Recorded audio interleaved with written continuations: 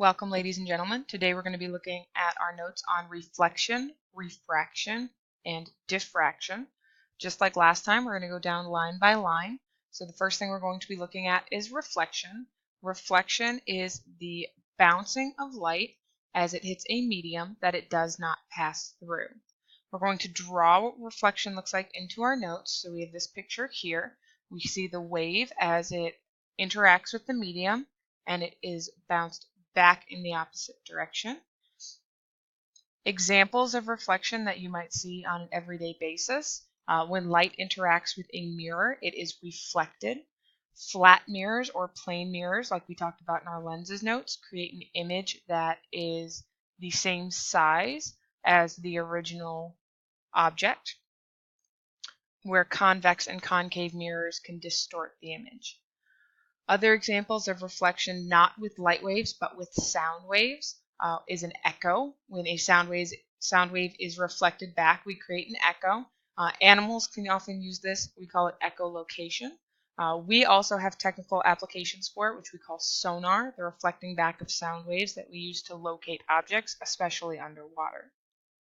So take a second, draw this image into your box. Then we're going to look at our next term, which is refraction. Refraction is the bending of light as it passes from one medium to another.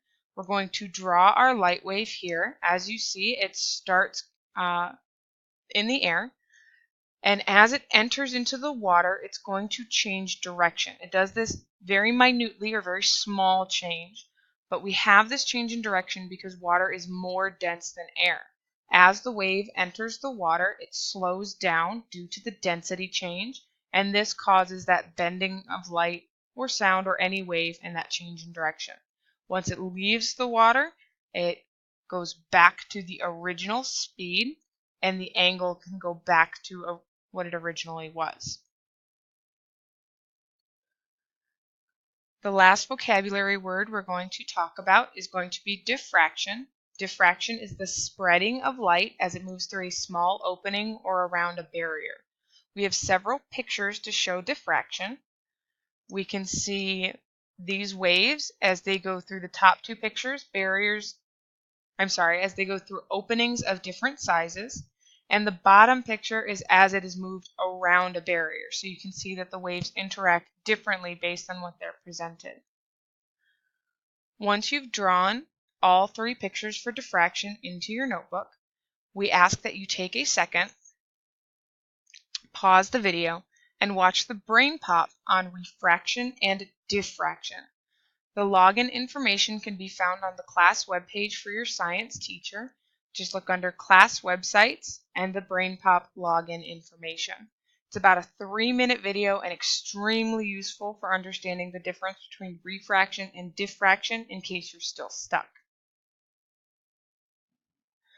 Welcome back. Now that you've seen the video on refraction versus diffraction, we're going to just take the last minute or so and compare light and sound waves.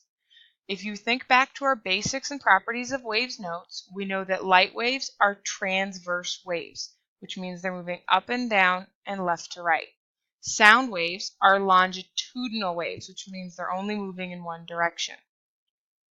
Light waves do not need a medium.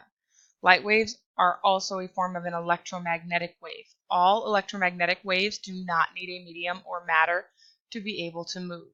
Sound waves, however, do need a medium, which means there must be some form of matter in order to transfer the energy. Light waves can travel through a vacuum, such as space, because they do not require the medium. Light waves travel faster than sound waves, and sound waves travel at about 343 meters per second. Now, this isn't actually that fast. We do have certain planes and jets that can break the sound barrier, which means they're traveling faster than the speed of sound. Some of you may be aware that when a jet breaks a sound barrier, it creates a sonic boom. Light, however, travels much faster than sound. It travels at 299,792,458 meters per second. We cannot currently travel faster than the speed of light, and we do not believe it would be possible for humans to do so. Sound waves can bend around corners easily, and light waves travel in straight lines. If you have any questions, be sure to reach out to your science teachers. Thank you for watching.